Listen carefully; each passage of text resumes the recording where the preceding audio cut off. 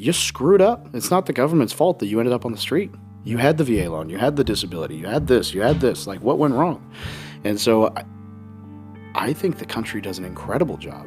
I think the veteran community does an incredible job. The VA loan is the best mortgage product in the world. My kid will get up to $50,000 to go to school from me being disabled. And so there's all these incredible benefits. So are they perfect? No. Are they so much better than any other country? Like, there's no conversation there. No country takes care of their vets like we do. I don't like the homeless vet thing. I don't like the thing. I don't think either of those is the government's fault. In the Marines, you joined at what age? Right out. I signed on my 18th birthday because my parents wouldn't sign for, when you're 17, you need parental consent. To this date, my mom will tell you that she didn't sign because she wanted to make sure it was my decision. I love my parents. They dragged me to every college that they could find in the state of Arkansas, and they won't tell you that they were trying to convince me not to join the Marine Corps, but I mean, actions, words, whatever. So on my 18th birthday, I signed up and I shipped out about, March. I signed in March. I shipped off in August. So like basically right after graduation. As soon as I could, yeah. And why do you think you were called to the Marines, to the military? Man, I don't know if it was called to the Marines so much as pushed out of Little Rock. Got it. I grew up, all those things, sheltered, homeschool, religious, whatever, which is all great. But in a town that had a stop sign about 15 minutes outside of Little Rock, and I wanted more than a stop sign in my life. I wanted to travel, see the world, and we didn't have any money. So, I didn't like school, didn't know what I wanted to study in school, screwed off enough that I didn't have free school. Well, what better opportunity to travel, see the world? Like the military knocks and they're like, yeah, hey, we can send you anywhere. We'll pay you to go there. And by the way, we're going to give you these awesome dress blues and you'll be confident in who you are as a person. I'm like, oh, that sounds great because I'm kind of a weirdo right now. Sheltered homeschool kid with an afro, looked like Hyde from that 70s show. And it just seemed cool. And I was like, I'm going to do 4 years. I'll get the GI Bill. It'll pay for college. And then by then I'll know what I want to do. So I'll get out and go to school. And then that first 4 years was amazing. I mean, I went to San Diego for boot camp. I lived in Japan for 2 years. During that 2 years, I spent a year in Afghanistan. And you want to talk about some real growth in life. Go on a deployment with a bunch of dudes, live in the desert and think you might die. Went back to Okinawa, Japan. And from there, I got stationed in San Diego County. And I was like, dude, this is amazing. I've seen 13 countries in my first 4 years. I'm getting paid to do this. And every day I just hang out with my best friends. This is great. Why would I not do this? So I did it again, and then I did it again, and then I did it again. And I did it until I got promoted enough that I got stuck in a job that I hated because they're like, wow, you're so good at this. Here's a desk. You get to tell other people how to do it. I'm like, no, I want to do it. No. You don't get to do that anymore. Congratulations. I was like, this sucks. And that just happened to coincide with me having reached financial freedom. I was like, well, I don't need to be here anymore. So I'm going to leave. And had it not been for the kind of the desk becoming an unfulfilling side of the Marine Corps, I would have stayed in. It wasn't about the money. I loved it. What was Afghanistan like? Hot. Nasty. It's interesting. So on my drive to pick up the rental today, I mentioned it casually when we were talking earlier. The gentleman who was taking me had moved here from Cuba like a year and a half ago. And he was just talking about all the opportunities here and how much he loves it. And I laugh because we were in this weird spot in life right now where there's a lot of Americans that will love every country but America. And you can tell because they haven't left. And that's why. And anyone who leaves America comes back and goes, okay, I get it. And anyone who immigrates here loves it. And so Afghanistan was probably the most that I've ever had that reaffirmed. I mean, I've been to some, hiking to Machu Picchu in Peru, you pass some pretty poverty-stricken areas. But I was at a place in Afghanistan where you bathe in one part of the canal, you walk downstream and you drink in one part of the canal, you walk downstream, you bathe in that part of the canal, you walk downstream and you defecate in that part of the canal. And you just forget that the person a mile up the canal is doing the same thing and they're defecating where you're, and they live in a mud hut and they live a life that would make most people just go internal, and they're happy. And they're mostly, right? They've got their problems. They've got some things that they do or say that are odd. But I mean, you go there, you drive through the desert and you do all these things. And I mean, I got blown up at one point in a truck and I'm fine, whatever. But you see some stuff and you do things and you're 20 And I was like leading convoys of 80 vehicles through the desert and leadership opportunities and all this stuff. And you come back to the US and the amount of gratitude you have for where you live. And then it's crazy now. I hear people that have, people that are close to me that have issues with everything. And not to say that the country is perfect. I'm like, dude, leave. And they're like, what are you? I'm like, no, I'm not telling you to move to, South Africa, Right. like leave America. I'm telling you, get your passport and go travel to South America, Asia, Africa, Europe, wherever. Go anywhere. Maybe not Paris. Go somewhere where the people actually like have to work to survive. And come back and spend a month and you'll love everything about America. You will it's kind of interesting how much people it's just yeah, anyway. But did you have some like, I'm assuming, and I wasn't brave enough to serve this country, but I'm assuming you're sitting in the desert. You don't know if you're going to get blown up tonight or tomorrow. You're a target for most, but a hero to some, right? Because you're there doing some great work. Yeah. What kind of demons do you have to face when you're over there? You're by yourself at 20. Honestly, it's kind of funny because you're probably so young you don't think about any of that. For me it was like a camping trip with 50 of my best friends, and it's had its ups and downs, and there were some really crap moments, but the like feeling of purpose and I'll tell you now that I look back, right, Afghanistan was probably not like it's funny because you feel all these ways, but maybe Afghanistan wasn't necessarily the place we should have been, but at the time, you're on a mission, you have a goal, and nothing else matters. You don't have bills to pay. You don't have, there are ladies in the room, but you don't have women problems because you're on a deployment with a bunch of dudes. There's no like drama. Right. It's like being with your football team for 7 months and just like, I just beat my chest. I go to the gym, I eat my food, and I hope I don't get shot at. And if I do get shot at, I hope they don't hit. Yeah, I shoot back. And I don't feel like, it's interesting. So, I started my entire brand because I asked Brandon Turner was over for dinner when he lived in Hawaii, and I asked him if he like how to write a book because when I was in Afghanistan, I kept a mission log and a journal, and so I can look back and be like, hey, on this date, I drove over a bomb. How did I feel that night? Oh, I felt like shit, but also I resented X, Y, Z, Right. and I've been talking about writing that book for a little while, just as like what a normal person, not a Navy SEAL, went through in Afghanistan. I really should go back and read through it because I would be curious. Like I have my answer now, which is, I didn't really think too much of it because I was just dealing with the day to day. I was present, but I wonder if I go back through that, what I was really thinking and dealing with at the time, because I'm sure it was different. And are there moments right now where you think like, man, if I could reharness that living in the present, I would be so much more powerful as an entrepreneur, as a business leader, as a steward of community? Or have you done a pretty good job of staying present? Oh, I'm terrible at staying present. I joke, the only reason I take ice baths is because it makes me meditate. Yeah. And people are like, what do you mean? I'm like, well, I can't. Like, if I sit down and I'm like, I'm going to be quiet, my brain goes wild. But you get in cold enough water, and for 5 minutes, all you can do is breathe. Mm-hmm. I'm terrible at turning the internal voices off and being present. My kid got me the other day when he was like, you're always so busy. I'm like, oh, shoot. Yeah. Because all that stuff is hard. If I could harness that to where this is, I just throw the phone out and like, this is the only thing I'm doing today is XYZ and I focus. And it's funny because you can tell a very noticeable difference in the days where I take my phone and I set it on the charger and I lock myself in my office and I just go for 4 hours. I'll get more done in that 4 hours than I will the rest of the week if I don't do that.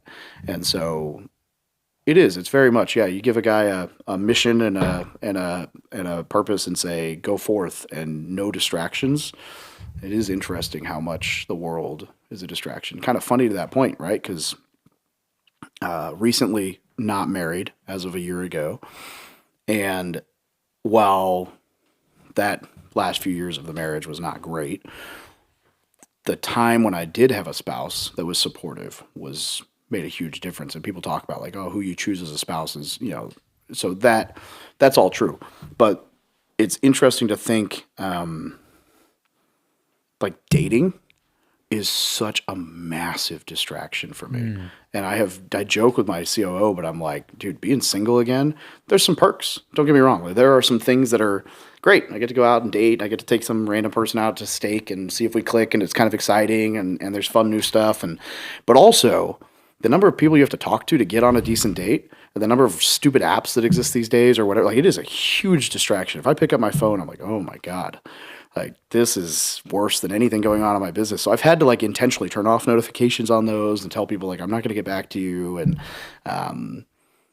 so to your point, yeah, being present is incredibly powerful and very hard to do. And so I am very intentional about what notifications come through to my phone. It's basically just my number.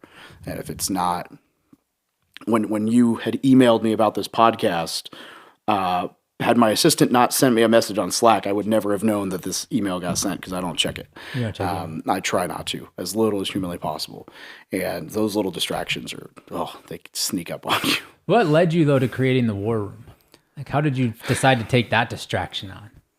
You know, it's funny. I had been in a couple different masterminds. So this was actually pre-qualifying for Gobundance. Yeah. I had been in Bigger Pockets was they first, years ago when they launched the journal, they tried to do masterminds. Yes. And they failed. And I think they failed because it was free. But I did one and it sucked. And I did another group and it kind of And then I finally got one to stick, and I was in that group for probably a year and a half.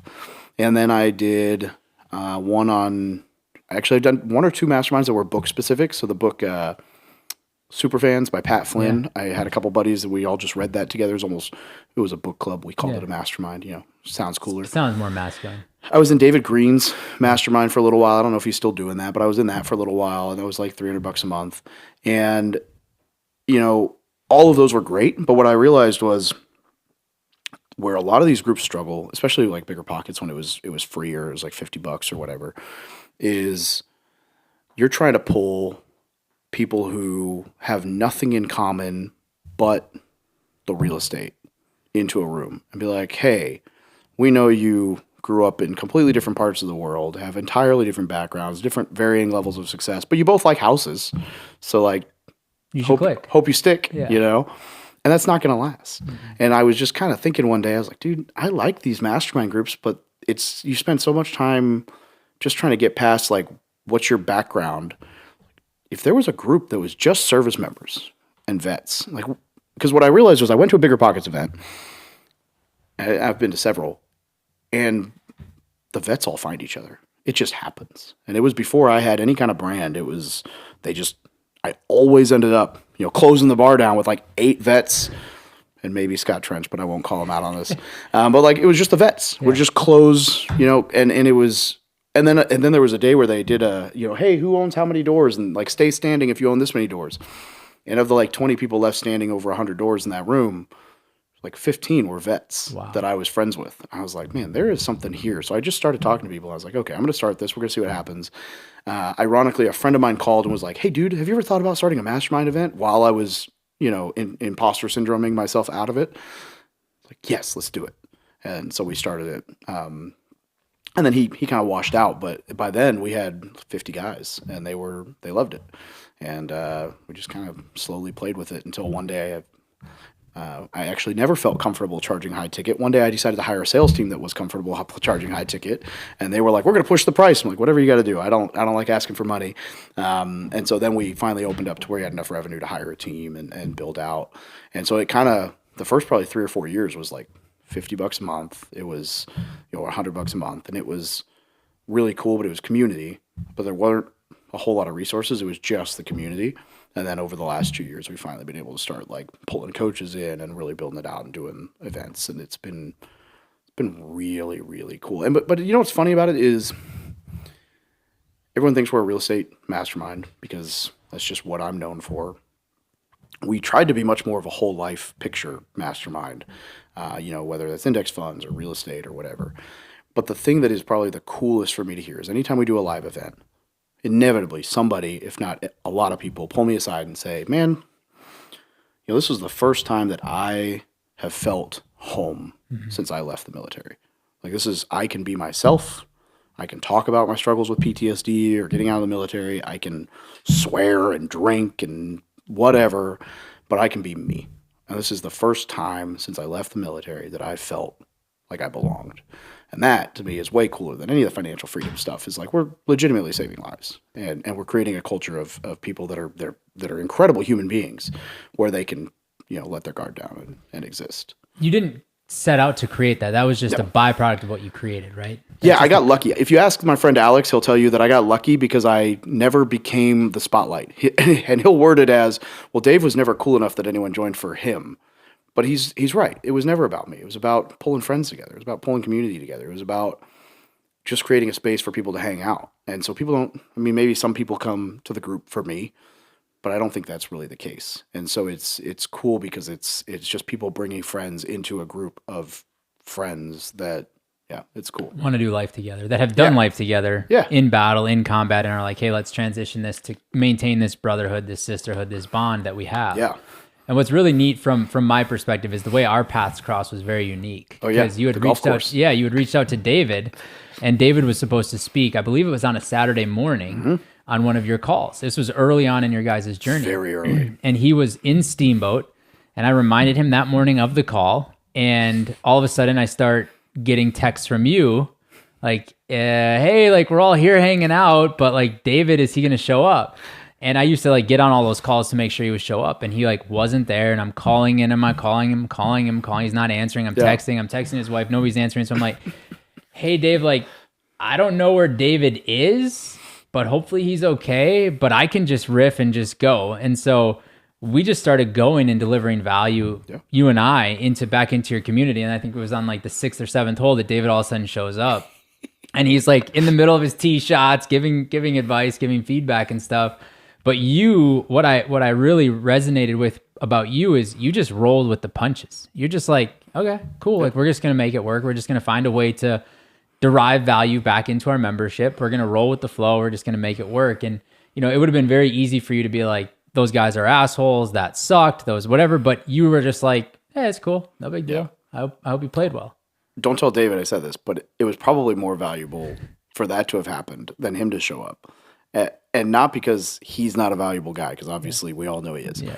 But the ability to ask the guy who sits next to him all day and runs his stuff how he is successful when there's no ego there. You're not going to be like, oh, David is so great. You're like, look, he does this. Yeah. And if my COO got on a podcast to talk about me, he'd say great things. But he would also tell you, man, there are days where Dave texts me like, stay the hell out of the house. I'm going to get stoned and watch cartoons. Yep. Today is not it, or whatever the thing is, right? Maybe not get stoned and watch cartoons. I'm so productive all the time. But there are days, like on content day, nobody comes in my house. And it is like known. If I tell him like, look, hey, if something has to happen at my house, you meet him outside and you do whatever, but do not come in the house. Do not text me. Do not call me. If something is not going to cost me $15,000, do not even think about touching me, because content is such an important piece. But unfortunately, it's also a piece that requires you to be on. Mm-hmm. And if there is one like bad news thing that gets you fired up, your whole content day is screwed, because you're just going to, it'll show, and then Bo will yell at you. Yep. And so there are days where but I'm not going to get on a podcast and be like, oh yeah, I am so so dysfunctional. Like I have to have all my meetings on Monday. If there's a meeting that's not on Monday, it throws my whole week off. I'm very creative. Like on Tuesday, you don't bug me. On Wednesday, he will. He'll tell you all that stuff about me. And I'll be like, oh no, let me tell you all my secrents to success, which I journal and I cold plunge and I wake up early, which none of that's really true because I'm very inconsistent. Yeah. Yes, it's fine. So it was very valuable. And I still remember like taking notes from both you and from him when he was on from that call being very valuable. And I will say, to give some credit back to David, he said, I believe the phrase was, you kill more targets with a hand grenade than a sniper rifle. Mm-hmm. And that hit, because I am a shiny object, like throw it all at the wall and see what sticks guy. And until then, I don't think I'd ever given myself permission to be okay with that, because everyone tells you focus. Yeah. It's not always, like, not everybody wants to focus on one thing. No. And I'm definitely not that guy. So it was nice to have permission from someone like, oh yeah, well, this guy's really successful and he said you're wrong, so I'm going to listen to him. Yeah. But yeah, that was a fun call. And then I remember I sent you guys War Room shirts way back before we had this cool branding. Yeah.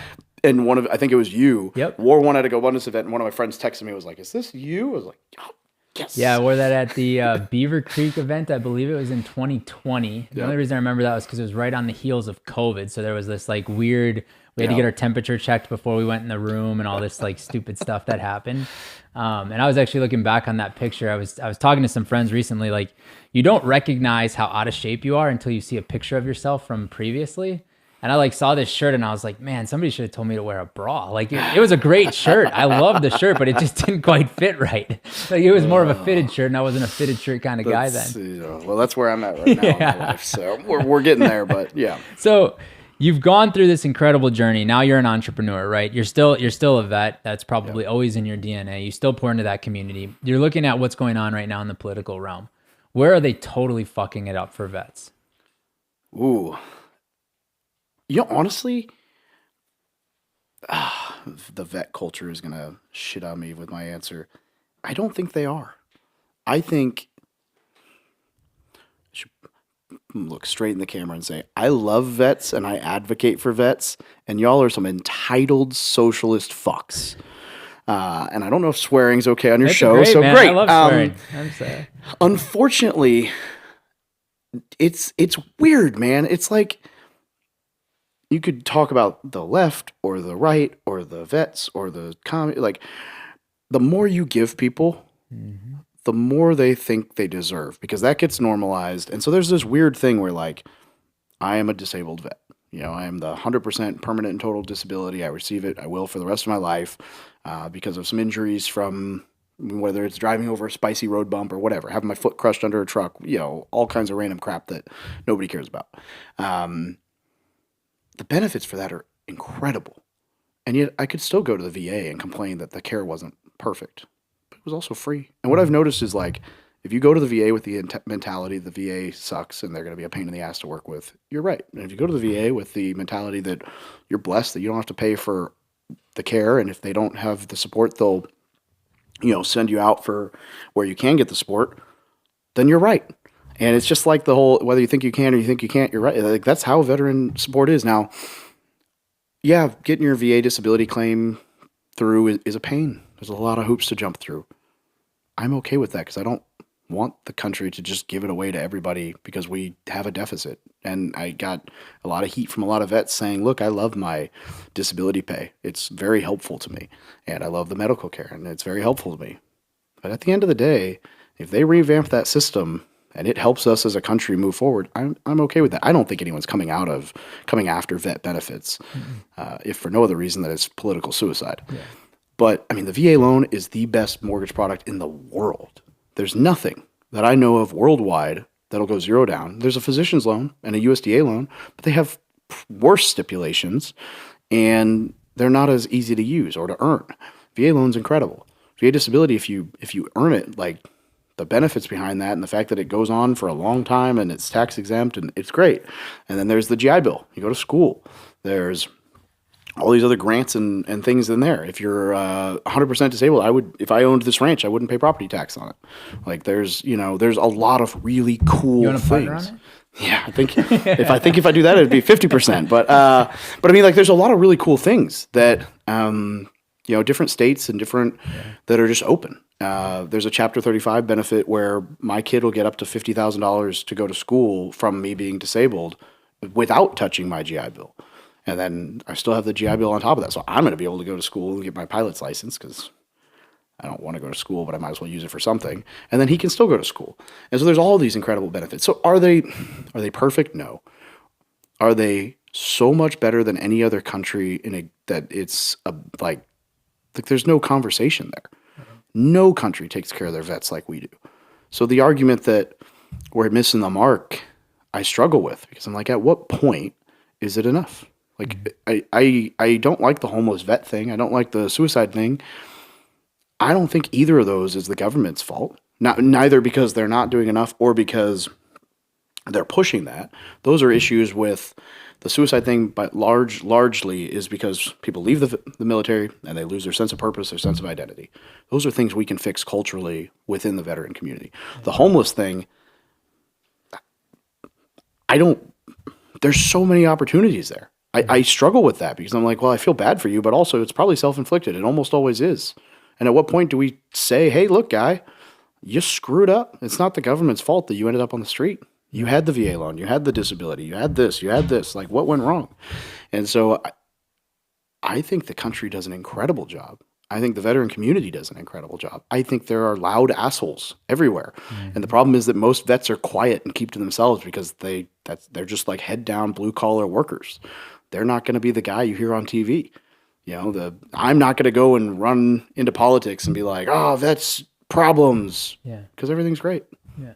I'm going to keep I'm less government. Like, leave me alone. Yeah. Do you think you were born with that attitude of gratitude? Do you think you developed that from the time in Afghanistan or the betrayal from your wife or like what ex-wife, excuse me, but like where do you think you got this? Like definitely not from that part. Most people don't look at the world with those kinds of glasses, right? You've got sort of a rose-colored glass, and I'd like to think I have something similar because I believe that we're in control of our own destiny, and I don't ever want to be a victim of the world that I've created, of the life I get to lead. But for you, how did you establish that? I think part of it's that I surround myself with guys that have no problem calling me out when I'm thinking otherwise. Some of my closest friends, it's like the running joke that all my closest friends are the guy who will be like, knock the food out of your hand. Like, you don't need to eat that fat ass. And I'm like, oh, you're right. Those are like, somehow end up being all my closest friends. They're just like very, very, almost David Goggins to the point where it's like, dude, it was just one brownie. Yeah. And they're like, that's what you said last night. I'm like, motherfucker, So I surround myself with people like that. But also, maybe it is Afghanistan. I don't know. I've just always been kind of chill. Like, there's a switch. And I will, my COO would oust me on this. It is very hard to get me riled up. But then there's that point. And there's a couple of switches. I won't say what they are, but like once that happens, I get incredibly petty. And he will tell you there are email threads where like someone threatened to sue me over something. And I like the internal lawyer comes out and I am like the pettiest human in the world. But generally it takes a lot to get me to be riled up because it's just, life is good, man. And if you choose, I don't know, like there's plenty of crap that goes wrong. I try to do really, really, really good at not worrying about things I can't control, not letting the media dictate. Like I during that whole COVID thing when there were all these riots going on and everyone convinced like the world's ending, I was like, dude, if I turn on the media, like the world's a shit show. Mm-hmm. But if I walk outside, everybody's in a great mood. Mm-hmm. None of the shit shows here. And I've realized most of my life when people tell you to scream about something or woe is me or oh this thing, it's like, dude, like people are happy. Whether they have a lot or a little, like people can choose to be happy. It's the people you're around. It's the community you're around. It's what you choose to focus on. And I don't know. That's a good question. I don't. How do you take that mindset and instill it back into your children, right? Because this whole notion of entitlement, I believe, is true. And yet you live a financially free life. You live a very successful life. And you probably, like me, don't want to be burdened or problemed or, you want to take advantage of your hard work and your success and make your life easier. But at the same time, you don't want to raise entitled little pricks. So how do you balance that?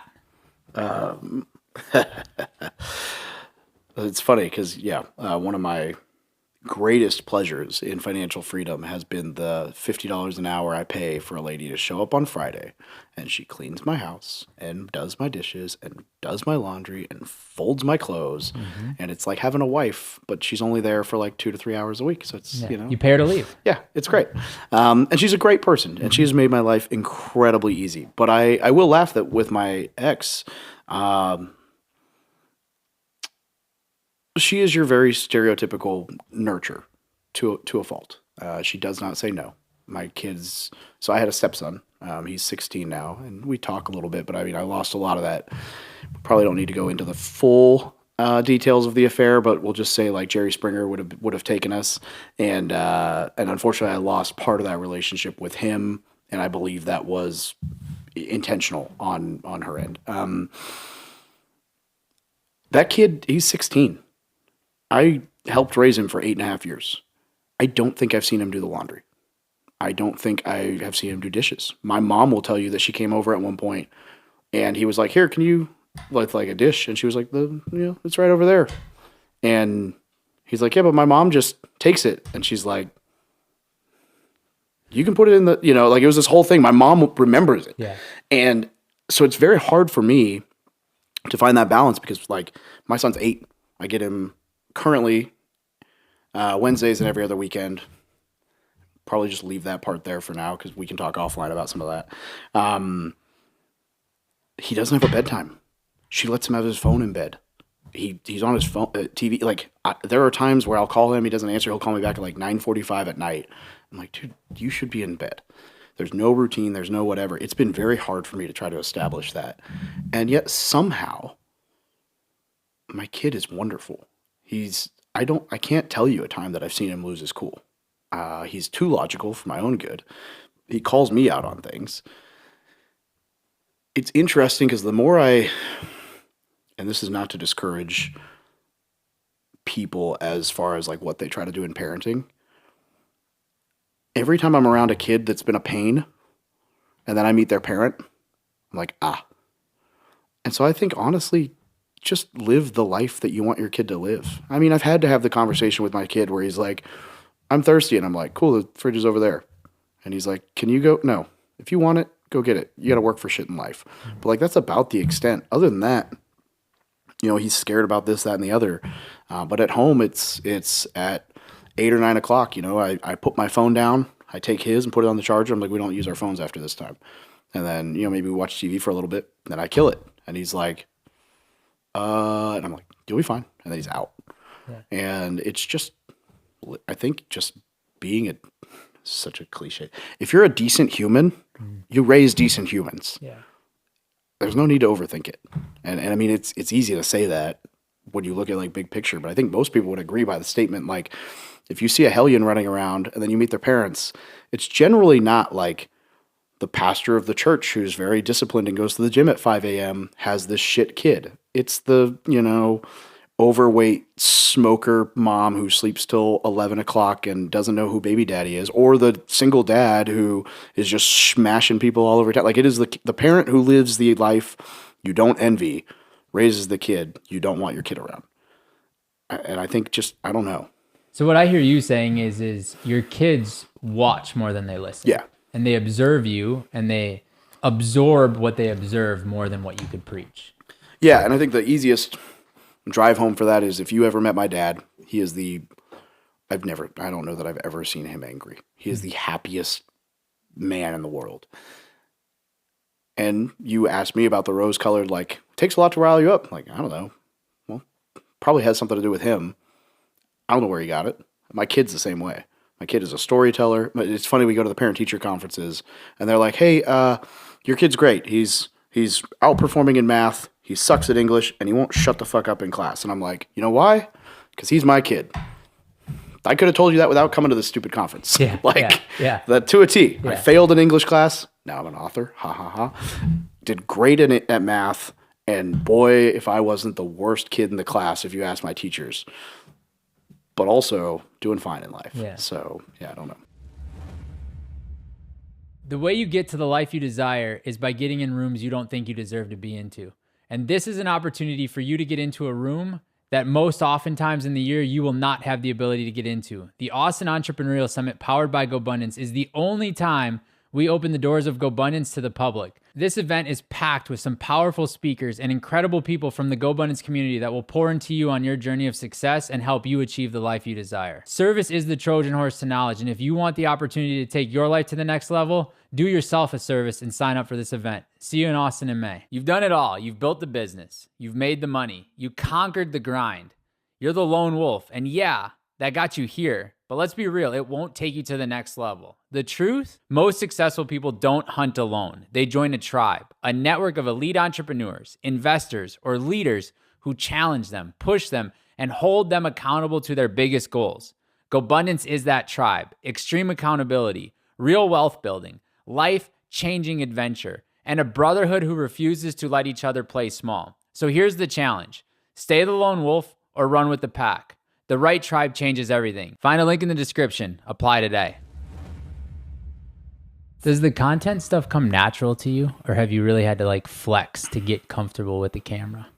Talking comes naturally. Yeah. The camera side took a while. The hook, the part that doesn't come good to me is the like sitting down and saying, okay, what's a good hook? What's a good title? I want to do all my content as like how to do this. Yeah. And Bo's like, that sucks. Yeah. And I'm like, okay, so now I just have to send him like, hey, I'm going to do a video on this. Here's like 6 ideas, and then he'll send me something else, and I'll do whatever he says. Do you use AI at all? I should use it more. I use it for like generating scripts or outlines. ChatGPT at this point knows me better than I want it to know me, so it does a pretty good job. When did you do that? It went viral a couple months ago where people were like, "Hey, now that since you know me, like it was like a therapy question." Yeah. And I was like, man, ChatGPT sucks. I like put it off for a week. I was like, I don't want to use this thing ever again because it basically it told me that I'm scared of, how did it word it? Essentially like I keep going because I'm scared of irrelevance. And I was like, oh, well, that doesn't like really suck to hear. Like there's no like, basically ChatGPT was like, the only reason you're still doing what you're doing is because you don't want to be irrelevant when you stop. And I was like, oh, that's gonna be a lot to unpack. All right, but whatever. So I guess it's probably true, but I guess that's a nice way to say you want to make an impact. But yeah, you want to make a difference. You want to leave a legacy. You want to help people make change, which could also be said as you don't want to be irrelevant. But being irrelevant is definitely like the bold, brash. Yeah, it's the way that you hear it, and you're like, oh yeah, all right, I'll work through that, I guess. But. Yeah. Would you ever do a medicine journey, mushrooms, with that topic, that concept? Maybe. I've done 2 now. They've both been great. The last 2 were awesome. I want to do, it's funny, Matty A is always like, that's one of his things, like every year, he's like, I think I'm going to do and he was kind of where I decided, okay, yeah, I'll put that as an annual goal. Every year I'm going to do at least one journey. I don't know what it's going to be this year, though. I don't know if it'll be mushrooms again. We'll see. What did you get from the mushrooms? The very first time was, well, it's funny because the first time I did it was, let's see, I moved out of my house in July, and I did that, I think, like the first week of September. So I assumed that it was going to be me working through all the divorce shit, the trauma, the affair, the whatever. And instead, the first half of it was just like, actually, the first half was wonderful. The first half was like, wow. It's like, you know how you hear compliments your whole life and you're just like, kind of like, yeah, cool. And you don't believe them.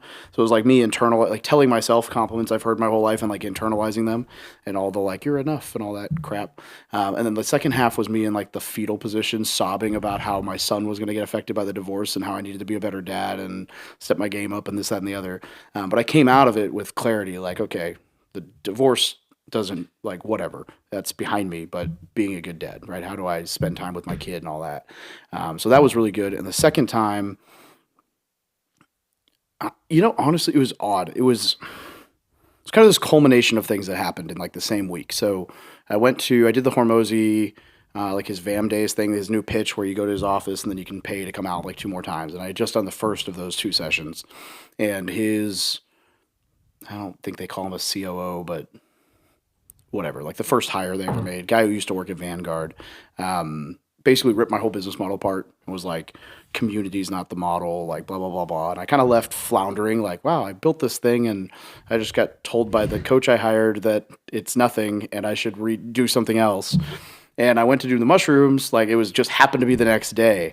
And I kind of left that. It was like the first time in my life that I feel like I've played my whole life with a governor. Like I've always played at like self-limiting, like 70, 80%. The way I always describe it to people is like when you're, as a guy, when you're a young boy and you're drinking with friends and you're like wrestling, or if like a girl was to try to wrestle you and you're like, I could hurt this person. Right. But we'll wrestle at like 80%. And then they have, and then it's like, well, you're not really winning, but you're just kind of playing around. Like I felt like that my whole life. And so it was like the first time I was like able to look myself in a mirror and go, okay, no, you're ready to go all out. It's just what direction do you want to point it and where do you want to turn it to? And so basically it internalized just a whole bunch of confidence and belief and stop, it was a lot of stop second guessing yourself and go with your gut. And over the last 6 months, our business is, we went from doing 50 to 60 a month in revenue to the last 2 months we're both over 300, and that's in 6 months. So I can't say that that's necessarily why, and I'm not going to come on your podcast and be like, go do mushrooms, it'll triple your business. Also, it worked through some things that I'd been dealing with for a long time in the imposter syndrome realm and the, like the kind of where do I put my energy realm. And then the next day I ended up going out I was headed to like a mastermind on a lake. And I remember just sitting on the dock for like 6 hours, just like, this is what we're going to do with the business model. And between all of those things, I like revamped the whole thing and hired a COO and all kinds of stuff. It's been fun. So did you shift away from community like Hermosi said, or did you lean back into Yeah, I just revamped our entire onboarding system. I thought I was going to cap it and do something different. And then it blew up and I was like, well, we can do that other thing later. What I was struggling with was I was really struggling with the idea that when you get too big, it's hard to keep that like tight community feel, right? I think you guys felt some of the same growing pains. So I was like, we're going to cap at 500 and we're going to do this and we're going to do that. And then it blew up and we hit 500. I thought it was like a year and a half down the road. We hit it in 3 months. And I was like, all right, maybe we're not going to cap at 500 because people obviously want this, but so we started doing similar, like we're going to do by next year, we'll do 4 regional events, 2 big events. We just did our first big event for the year. We've got 2 regionals coming up. And so we're just really trying to do that in-person piece and hiring more coaches and more just doubling down. I kind of, the mushroom ceremony, I think, was part of the epiphany that was, well, mega churches exist because they still function. It's not that, because I had been thinking about it as like, we don't want to be a mega church where there's no community. And I realized those churches still thrive, which means that people still believe in them and there's still a community there. I just need to learn from them how to build those hubs and acknowledge that it's going to be more of a hub community than just a group of people where everybody knows each other. But neither one's a bad model. And I want to help as many vets as I can. So I'd rather have the bigger model and go from there. So we'll see. Yeah, we went through a similar journey with Gobundance. Like we went through this notion of like, we've got to keep it small. We've got to keep it exclusive. We got to keep it intimate, right? And that's what a lot of the early people will tell you that they want. But that's not what they need. What they need is it to be as big as possible so that they can have more connections, right? Metcalfe's law says, more support and more nodes in the network makes a more powerful network. Yep. The thing that I've recognized on my journey with the Gobundance specifically on that is, who am I to play God and say, this person gets in, this person doesn't, this person gets in, this person doesn't? Like to your point, you want to serve as many vets as you possibly can. Who are you to say, hey, I can't help you because we hit this number that I drew in sand? Yeah. Like that doesn't serve you. This episode is brought to you by Loletta Birnbaum LLC, doing business justice. If you're a business owner, entrepreneur, real estate investor, or a combination of each, you know how critical it is to have trusted legal advisors on your team. Loletta Birnbaum has built a stellar reputation providing exceptional legal services that make a difference. As a national business law firm, Loletta Birnbaum provides a wide variety of legal services, including general corporate, contract negotiations, mergers and acquisitions, succession planning, intellectual property, commercial litigation, shareholder disputes, real estate, and employment. Whether you're navigating a complex business deal, resolving disputes, or protecting your brand, their team delivers practical, results-driven legal solutions tailored to your goals. For inquiries, Gobundance members should email Loletta Birnbaum at gobundance@loletta.com. That's LAULETTA.com. You can also visit their website at www.lauletta.com to learn more about how they can do your business justice. What's slowing your business down? Is it endless emails, scheduling headaches, repetitive tasks that steal your time? My Outdesk has your solution. Their experienced global virtual assistants handle the busy work so you can focus on strategy, growth, and whatever matters to you most. From administrative support to marketing and customer service, they've got you covered at a fraction of the cost of hiring in-house. Scale smarter, save bigger, get the support you need today at My Outdesk. Do you think your dad would be as happy as he is today if he stayed in San Francisco? No, absolutely not.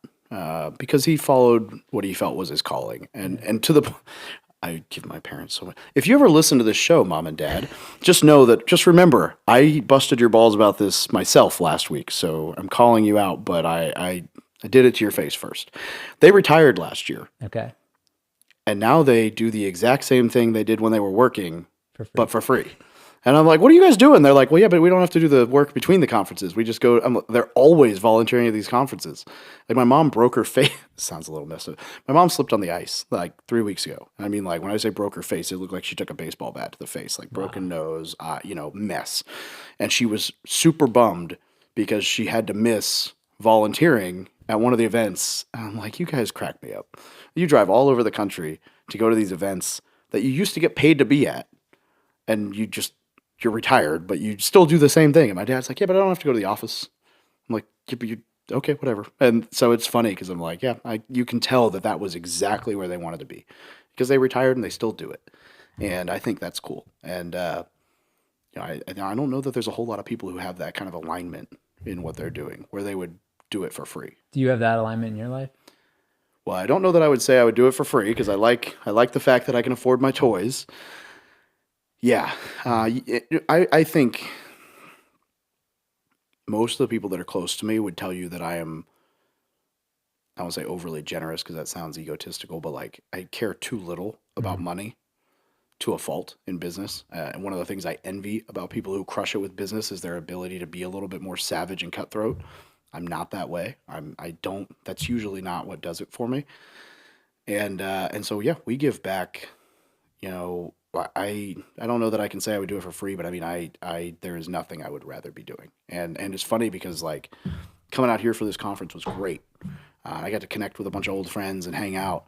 But I texted my COO on the first day. I was like, when we get home, I need to have a conversation with you. He's like, what's up? I was like, we need to do better about me running conferences past you before I say yes. He's like, why? I was like, because this is good. And I caught up with a ton of old friends. But this isn't my audience. Right. And I could have been home making a difference and like working on our business. And I'm kind of realizing that at this point. Like my biggest thing that I need to work on this year is the no. Yeah. I'm not good at no. And also I wouldn't be here. So, there are perks, I'm right? not good at the no either. And what I've found is I could either try to stretch myself and get good at the no, or I can hire people, put them in a place and be like, you are the no person. That's exactly what I'm working on. Yeah. Because I can't say no. Yeah. I just have like a giving, bleeding heart. Probably because so many people gave to me on my journey. Yeah. And so I'm like, I have a duty or an obligation to give it back. But at the same time, no? At the same time, I look at my calendar, I'm like, what in the heck am I doing? Yeah. Like I have no time to focus on what I want to focus on, what I need to focus on. Yep. And then I get home to my family and I'm like depleted. Exactly. Like that's not right either. No, I agree. Yeah. So it's a fun awareness or aha of the yeses get you to a certain point, but then the no's will take you to that next level. Yeah. And it's a little scary because you're looking at, hey, this is what's gotten me to where I am. And that's very powerful. But then to look in the mirror and go, but that's not going to get me to where I want to go or where I feel like I belong. Or to your point, like with the governor, like that's going to allow me to live with a governor on forever. Like I don't want that. Yeah. I don't want to do that. Yeah. There've been a lot of growing pains that I did not expect, and things that you almost can't talk through with people as the business grows. It's been funny. So Alex lived in Maui. He was Brandon's video guy for a while. And I lived in Oahu for 3 years when I was in the Marine Corps. And I was laughing with him because I was talking through some of the like growing pains of like making more money and all those weird things you work through. The hardest one for me being that 6 years ago, I worked like 100 hours a week and I made nothing on my business. And now I work, I don't know, call it 30 hours a week, right? A lot better hours. It's sometimes way more because I like what I do. I'll find myself in my office just working and I'm like, it's 11 o'clock at night. I should probably go to bed, but I'm happy with this. So I don't know that it's a workaholic side anymore, but I work way less than I used to, especially with the team. And I'm making an exorbitant amount more money. So like reconciling the dollar per hour difference there, it's not a internal like, oh, I'm not worth this much so much as it's just weird that things feel so easy right now and it flows and it's fun and it doesn't feel like work and more money's coming in than I've ever had to deal with. So like reconciling all that stuff, but I was laughing because I was like, dude, you know what this is like? It's like, what? It's like, this is like when you live on Hawaii for a year or two and you realize it sucks because you have to travel. There's like this huge long flights and the time difference makes everything hard and all this, and then everything's perfect all the time. So there's never like, without a rainy day, you don't appreciate a sunny day the same. And I was like, but then you can't say anything. Because if you post online and you're like, oh my God, I'm so sick of Hawaii, all your friends are like, oh yeah, that really must suck. Yeah, come back to the Midwest. Yeah, it's like, I was like, that's what it feels like when you finally start succeeding in like your business, because you're like, who do I talk to about this problem? And it's only other business owners. It's that whole lonely at the, anyway, I'm rambling. But. No, it's fascinating. And we were talking earlier, you finally pulled the trigger after 2.5 years of getting that car you've always wanted, you've always dreamed of. Why do you think you were depriving yourself of the joy that that vehicle has brought you in the short amount of time you've owned it? Dude, that's such a great question.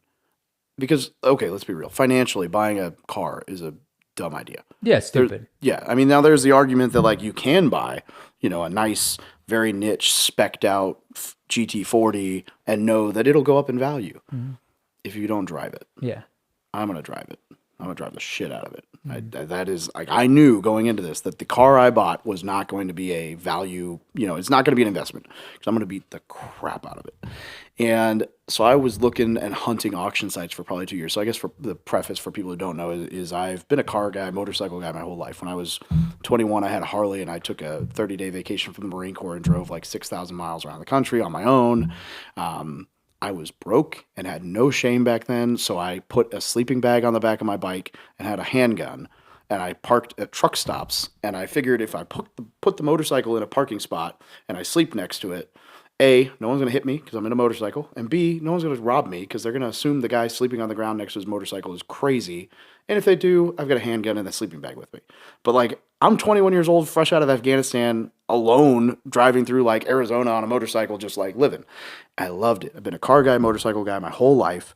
I had a Honda S2000 that I turbocharged, did all the work on in my garage. The only thing I didn't do was the custom exhaust and the dyno tune. I didn't own a dyno to tune it myself. I sold all of that. I sold the Harley to buy my first duplex. I sold the S2000 to buy my second duplex, and I sold my truck to do some maintenance on one of my properties at one point. And I was left with like a Ford Focus. And then I've had a couple. I was always known for. You even joked about it earlier. I've been known for road tripping for a long time. I had this diesel Jetta. I had 3 of them.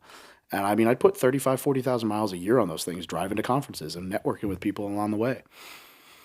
And for years, I told myself, I'm going to roll this into the next property, and then I'll buy my car. I'll roll this into the next property, and then I'll buy my car.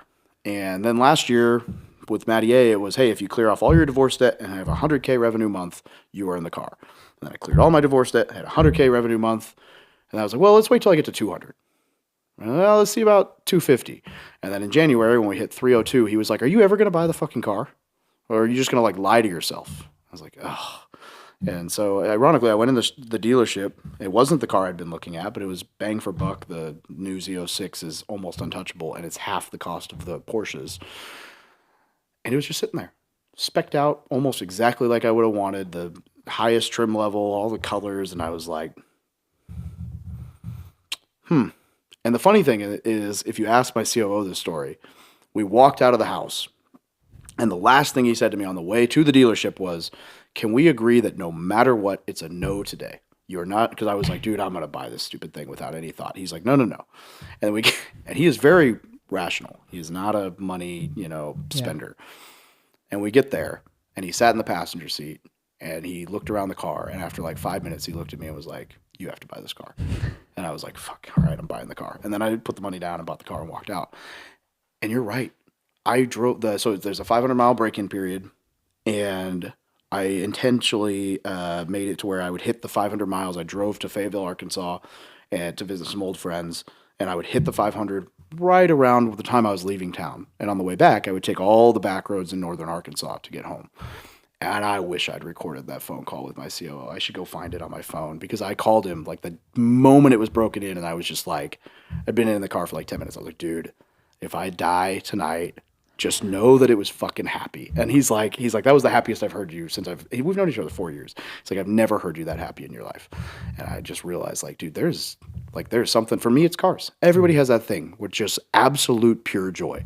And for me, it is high RPMs, taking a corner and just, hitting an apex and just ripping around a back road. And, that car is going to make me so much money this year. It is going to lose all its value. I'm going to put so many miles on it. I am going to beat the shit out of it. It is going to be destroyed. And sure, there's the argument that there's a networking with higher, other fancy car guys and whatever. But the reason it's going to make me money is because I now have a place where I can go drive when I need a moment to just have an idea. And that is the most meditative thing for me, is to shut all the like if you were to get in the Lotus that I've rented to drive up here, the music's off. It's just the engine. And for me, that is. Why did you deprive yourself? You can hear me talking about it, right? It's so weird. I'm such a nerd. It's such a car nerd. But why did you deprive yourself of it for so long? Why didn't you think you were worthy of that sooner? Because it's a bad investment. And in my head, I couldn't reconcile like, yeah, but it's, you're not there yet. That's more than what you're supposed to spend on a car. You're a finance guy and you're going to tell someone to not buy their Charger at whatever percent interest. And who are you to then buy some other dumb car and then I shit on gurus online all the time and I'm going to look like a guru. And there were all these weird things that just makes it really easy to be like, maybe I should just buy the apartment next. Do you think the mushrooms helped you get through those limiting beliefs? Oh, yeah. That was part of it. 100%. The mushrooms was part of it. I have never felt such clarity and like confidence in who I was as the second time I did that.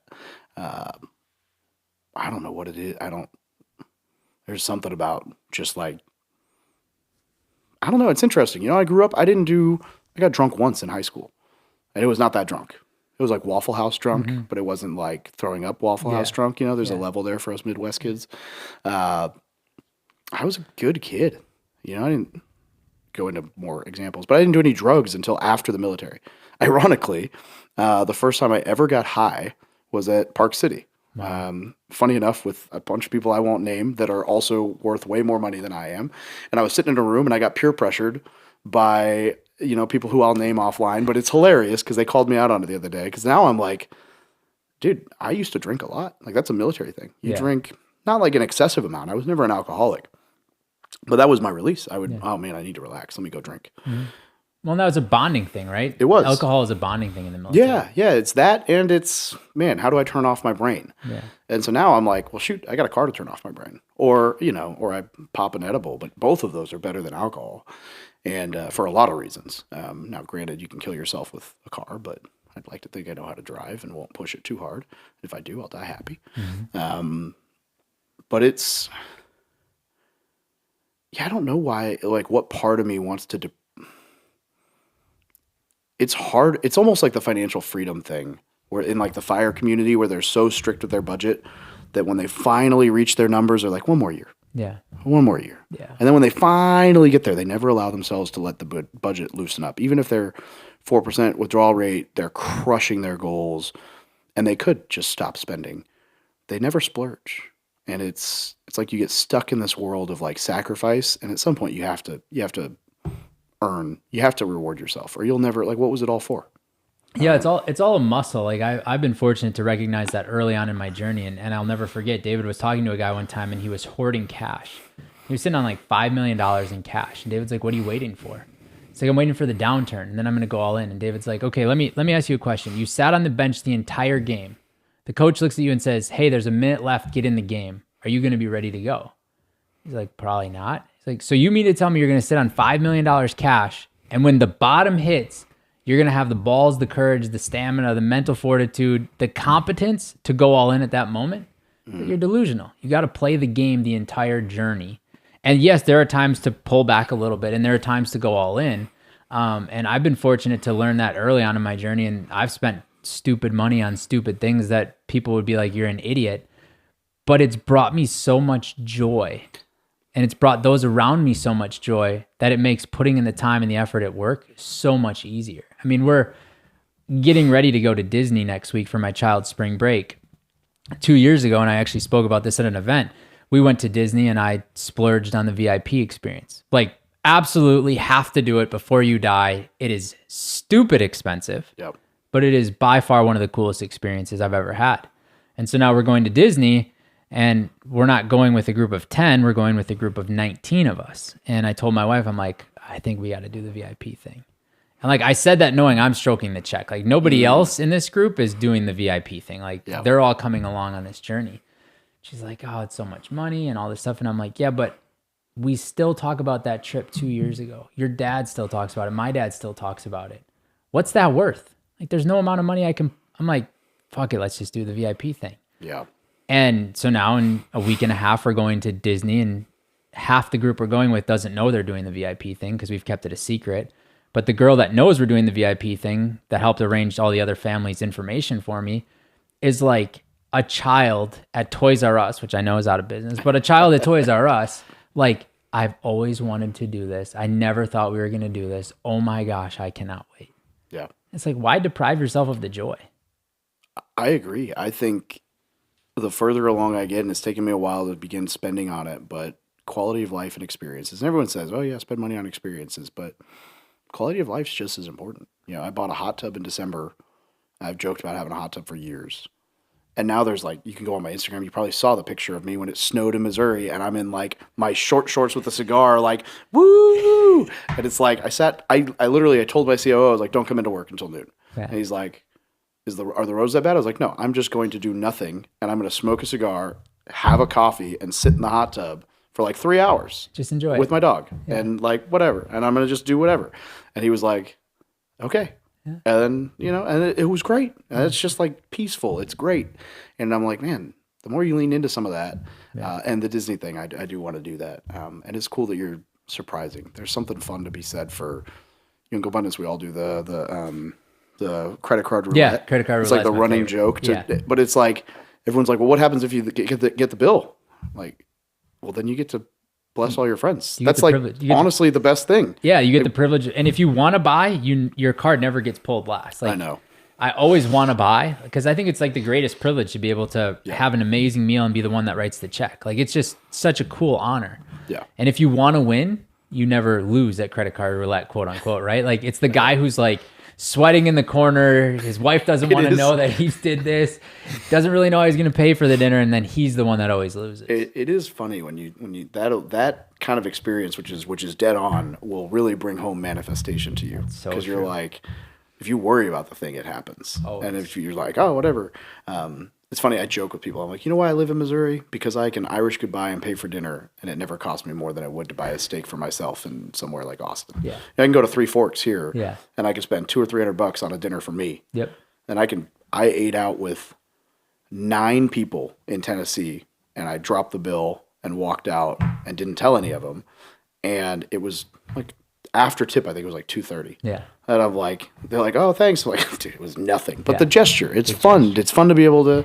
It's fun to be able to bless others. Should also probably preface, if you hear this part of the podcast, I don't always pay for dinner, so don't have expectations.